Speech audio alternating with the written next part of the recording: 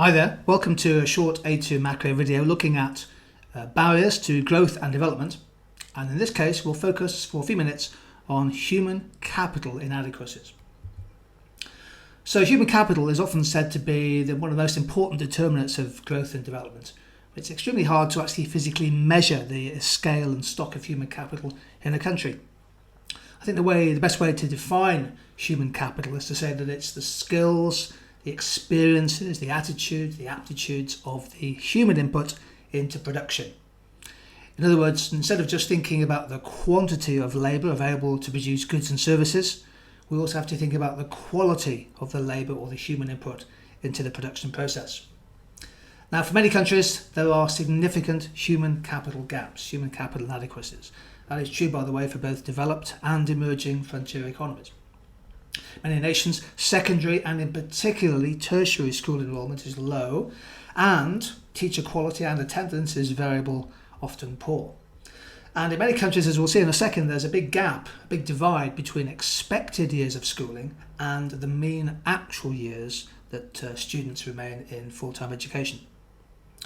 There are big inequalities both within and between developing countries in terms of the quality of education and access to it. And we've seen in recent times that many lower and lower middle income countries have suffered from a depopulation effect. Some of their younger, more skilled workers leaving their economy in search of higher pay and opportunities. So a brain drain may cause a fall in the stock of human capital for developing nations. We know that human capital is important. The extent to which human capital is perhaps the most significant development and growth driver is open to question. But when human capital is weak, that limits labour productivity, and also critically it affects the ability of people within the economy, especially in new age, new knowledge intensive industries, to harness and adapt to fast growing and emerging new technologies. So ultimately, poor human capital is a barrier to a country's international competitiveness. Human capital deficiencies are often linked to poor nutrition. And there's a widespread case for saying that the public good of better nutrition can improve human capital by, for example, avoiding brain impairment amongst the young and the impact of stunted growth. Here's a good example of a country where there are some human capital inadequacies.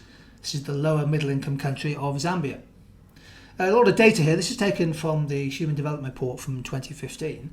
And you can see in particular that there's a big disconnect between the mean years of schooling, 6.5, and expected years of schooling, 13.5.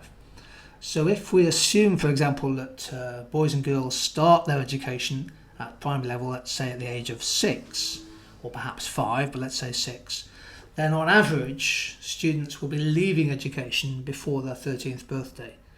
There's a big disconnect between the number of years they actually are in school and the number of years they're expected to be in school and college. So that's quite a significant human capital inadequacy. 1/3 of the population in Zambia have a secondary education, that's age 25 and above, so 2/3 do not. The primary school enrolment ratio is very high, it's above 114%. That's partly because older people go back to primary education at a later stage in life. That drives the figure up. But crucially, look at the primary school dropout rate. 47% of children leave school before they move on to secondary education, and the tertiary enrolment rate is much lower. So this is a good example of human capital inadequacy. Zambia only spends 1.35% of their GDP on education, compared to close to 6% on healthcare. So the World Bank have said that human capital inadequacies, particularly in the agricultural sector, remain a significant constraint to growth, extreme poverty reduction and food security on the continent. The World Economic Forum published an annual league table of ranking countries for their human capital. These are the top 10 countries in sub-Saharan Africa. And you can see that none of the sub-Saharan African countries get into the top 70 globally for human capital. But notice what the World Economic Forum is saying. A nation's human capital endowment, the skills, the capacities, the capabilities that reside in people that are put to productive use can be a more important determinant of long-term economic success than virtually any other resource. In other words, they're suggesting here, they're evaluating that human capital is perhaps more significant than physical, tangible capital, such as infrastructure. They go on to say this resource must be invested in and leveraged efficiently in order for it to generate returns for the individuals themselves as a private marginal benefit from education, as well as the economy as a whole. In other words, the external benefits, the positive spillovers, the positive externalities at a micro and macro level from improving your human capital. So if you get a question on growth and development and the barriers to that, it's really important to think about human capital, the knowledge factor when determining growth and development. Thank you.